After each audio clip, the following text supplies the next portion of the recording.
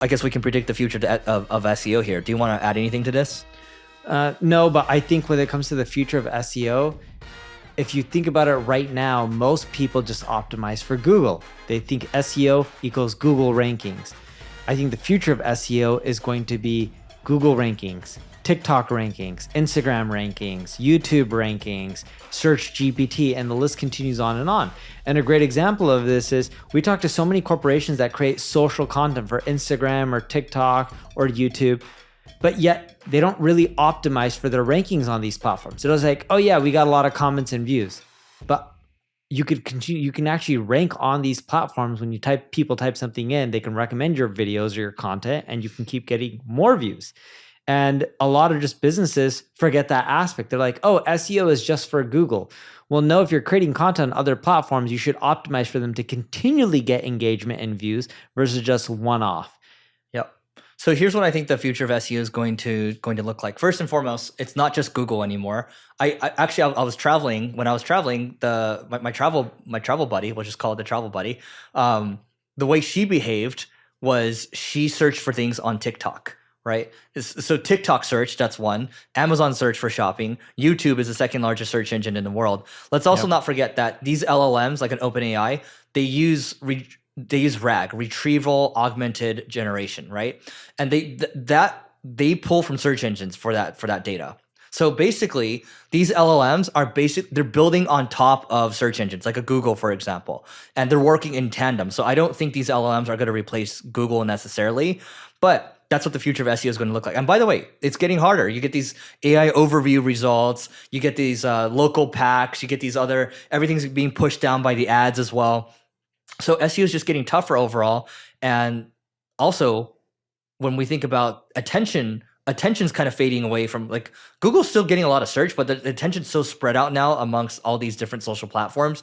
So I think, Neil, we've talked about this, that the future of SEO is you have to, we've talked about going omni-channel. We talked about having to diversify, because, you know, we used to be one-trick ponies. We used to be all in on SEO, but over the years, we're just like, the attention, marketing marketing 101 is you're bringing people to the point of sale. Well, if you're trying to find those people to bring them to the point of sale, you have to understand where they're hanging out. They're not just hanging out on Google anymore.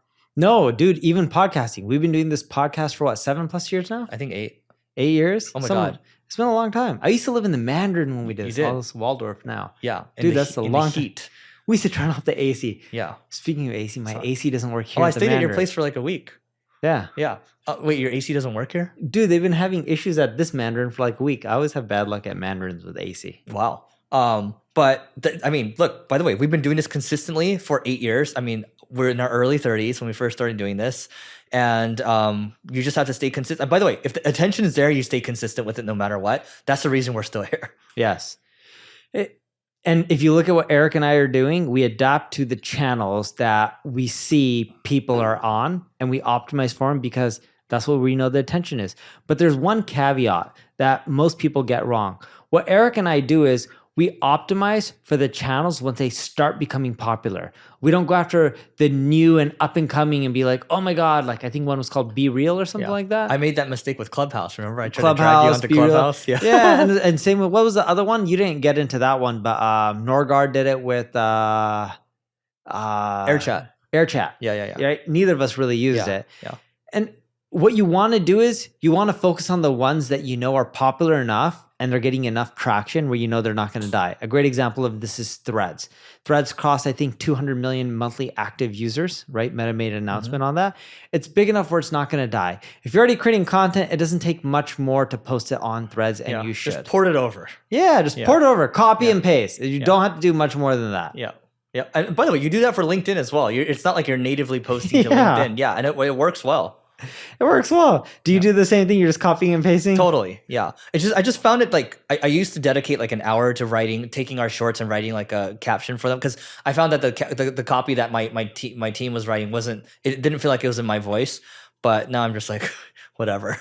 So, dude, sometimes same thing with me. Some of my team write emails and I'm like, man, this email isn't as good enough. I can make it better. And then when you look at the ROI of massaging the email just a little bit, not there. It's not really there. It's like, okay, you're better off buying more companies. Yes. Yeah. I got to take a minute to tell you about the Agency Owners Association. This is a peer group for agency owners, think YPO or EO, but for agency owners. And I just wanted to read you a couple of testimonials. So this first one comes from Carrie, and we asked her, what do you like most about the group? She said, having a group of people to discuss and bounce ideas. The leads are great too. Yes, we share leads in this group as well. This one from Alian, he says, the ability to really post whatever I want and need, and the group responds. Great experienced members, getting a lot of insights from conversations with other members, getting a lot of value from sessions from Eric, getting advice from others as well. And so if you want to grow your agency faster and you want a peer group to do so, just go to marketingschool.io/agency. This is a group that both Neil and I created. And our hope here is to create a vibrant community of agency owners and do a lot more with it in the future. So again, marketingschool.io/agency, and we'll see you inside. Can we just talk about how SEO as we know it is dead, and here's what the future looks like? Yes. Okay. So, and then we'll move over to yours. So this tweet from Charles SEO says, if you're an SEO consultant, agency, freelancer, then it's time to admit that our entire industry doesn't revolve around Google anymore, which is, I wanted to triple down on what we're talking about. So, you know, he's basically saying the future of SEO is becoming a jack of all trades, quickly adapting to where the audience is and then quickly gaining market share. Most of these platforms take considerably less time to see success than Google too. The SEO industry is only dead if your audience isn't using the only search engine you can optimize for. So again, we both started with Google, okay, or we were mainly focused on Google, but now we've learned these other channels like YouTube. Oh, on YouTube, you got to learn good headlines. You got to learn good packaging. You got to learn how to retain them within the first 30 seconds. So that's a game in itself. Okay, well, what do you have to do with TikTok, with Reels? Oh, you got to have a really good hook, and you got to make sure they don't swipe away, right? You got to make sure you have a good, little title thumbnail there. There's just all these games you have to understand how to play, and you can't keep playing the same game over and over, especially when that game is dying. We're not saying don't do Google SEO, but SEO is much more than that now, and I just wanted to reinforce that piece because SEO as we know it is dead, like the old SEO. Yes. You gotta evolve.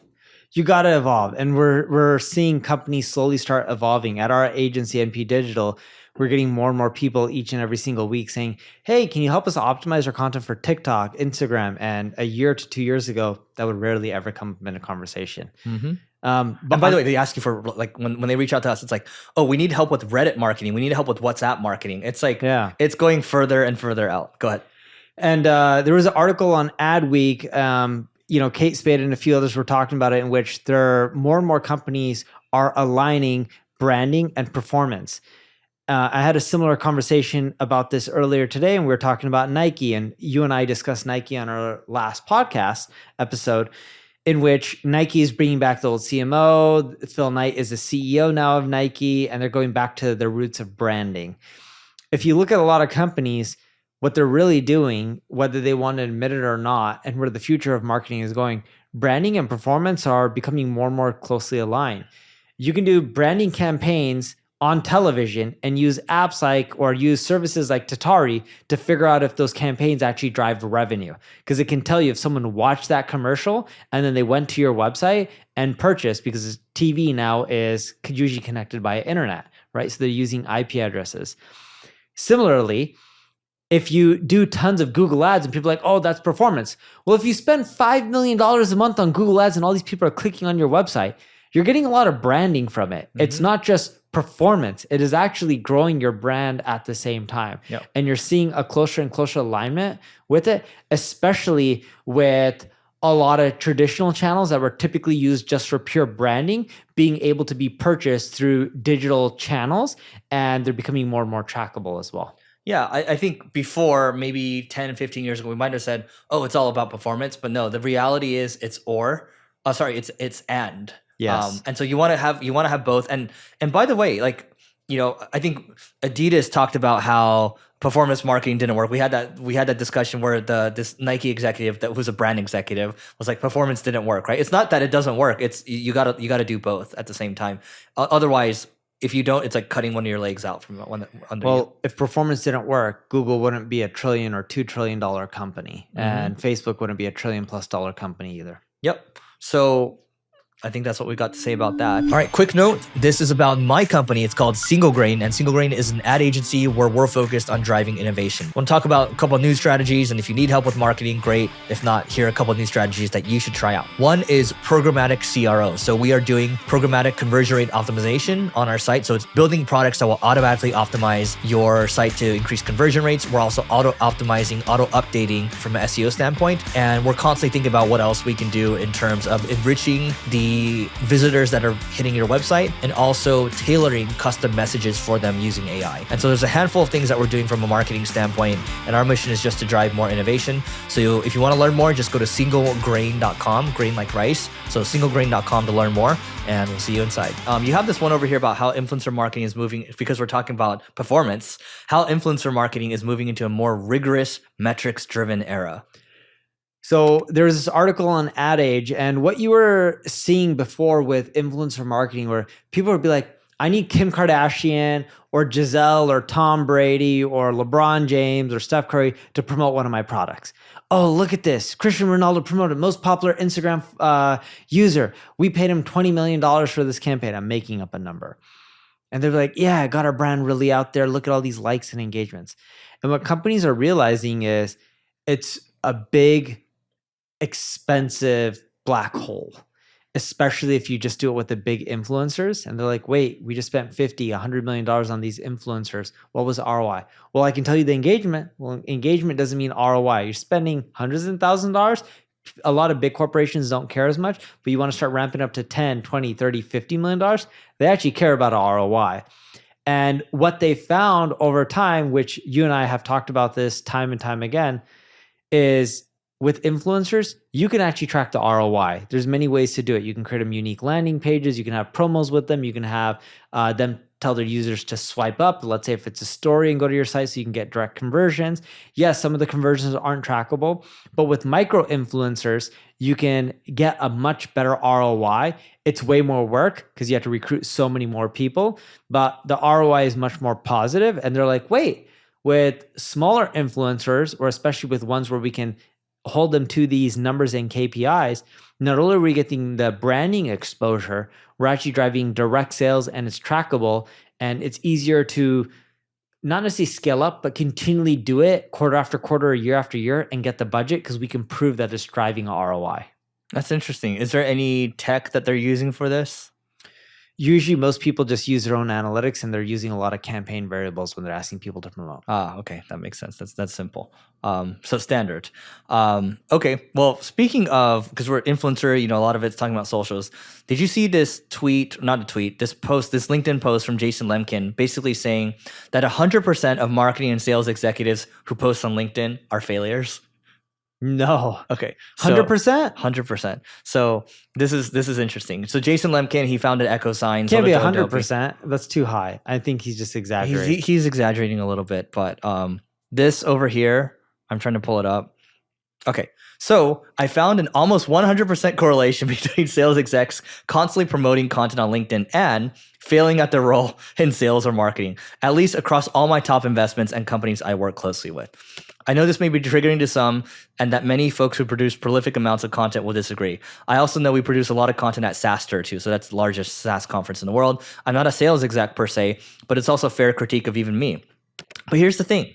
It took me a while to figure it out. Why? Why do folks posting multiple times a day on sales advice on LinkedIn flame out every single time I've seen them join a portfolio company? The reason is it just becomes your core focus past a certain point. Can you be good at sales if it's not your number one focus? Maybe. Can you be great at it? And perhaps more importantly, can you be a truly great VP of sales if something else is your top focus during daytime hours? Maybe, but not in my experience. LinkedIn has turned us into B2B doom scrollers just on LinkedIn, not TikTok or Insta. It is what it is, and it can feel great to build a big audience, but it also is a big investment to scale that. It can often become your core focus, at least of your passions, of your creativity, of your quiet moments, instead of closing that deal or running that campaign or building that pipeline. So he's actually specifically talking about sales executives. He put marketing in here too. No, but he said sales executives. He did. Talking about sales or marketing. Yeah, failing at their role in sales or marketing. Yeah, because some sales actually, CROs, marketing reports into them. Yep. I don't know if there's a direct correlation. I know quite a few people who post content on LinkedIn, but they're not posting endlessly each and every single day. They may just post one thing a day and they're posting it on all the social networks. Yeah, that part's fine. I think the ones that are, who does this, who's pretty prolific, and it's actually worked out well for him, is Adam Robinson from Retention. So they've grown their business. I think they're probably mid 20 million ARR or so. But he's built everything in public, and he's done well with that. And then there's this other guy, Chris Walker, Refine Labs. He did pretty well with LinkedIn. But you actually, I think about it now, it's like there aren't many LinkedIn influencers that I know of that have big businesses. No, and I don't log into LinkedIn often, so I don't see any of these people. I literally log in once a week just to see if there's any messages that I need to respond to, and that's really it. Yeah. So I think, look, Jason Lemkin's point here is well taken. It's keep the main thing the main thing. It's going to be hard to crush at your role if your main thing is you're trying to focus on building an audience. Like, more power to you for doing that. Actually, I know someone that does this. They were VP of marketing at a couple of companies, and they were posting a lot on LinkedIn. And I'm just like, man, if all the time you're spending on doing that, engaging with other people, like, if I'm paying you if you're VP of marketing at my company, I'm scrutinizing you. You know what I mean? Like, there's a lot of shit to do at my company with marketing, and you're spending time marketing yourself. Like, don't do it on my dime. I think people got it wrong. A lot of people are posting on social because they believe it's going to help them build a bigger brand, which it does. And they believe in turn that's going to help them make more money. The real way to make a lot of money in the corporate world is you do an amazing job and you continually get promoted and you keep working for bigger and bigger companies. That's how you do well. And people are riding this personal brand hype too far, in my opinion. Even though we do a lot. Not anymore. We used to do. I would say we used to do a lot more. Than now we're just focused on the business. So I think we're different than like 10 years ago. Yeah, I haven't done much in the last like 4 years. I really cut back. But 10 years ago. 10 years I did a lot. Yeah. And I had this notion that personal brands would be the new big corporations. And that hasn't come around really. If you look at Kylie Cosmetics, did she do an amazing job? Yeah, she's done a better job with me than personal brand. But Kylie Cosmetics is still not Estee Lauder or L'Oreal. And I'm not trying to knock her. She's done an amazing job. And again, I, Neil Patel, am no WPP or Publicis or Omnicom. You look at the big corporations out there, it has nothing to do with personal brands. Is branding important? Yes. Is a personal brand better to have than not have? Sure. But I think what's more important is building a really amazing corporate brand. Yeah, and then compounding it for decades. Yes. Because WPP, Publicis, Omnicom, they've been around for a while. Dude, the Fortune 25 in the United States, guess how old they are on average?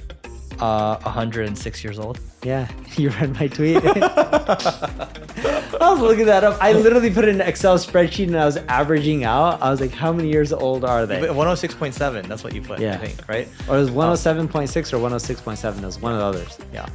All right, guys. So that's it for today's episode. marketingschool.io/agency. If you want to grow your agency faster, that's our little community. In fact, Neil, do you want to come to the next session next week?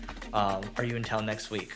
Depending what time I'm driving home, but yeah. All right, we'll figure it out. So this is when Neil and I will jump in every now and then, every month or so, and we'll have guest speakers and all that. And you have an entire community of people all trying to grow. We're talking 7-8-figure agency owners, 6 figures as well.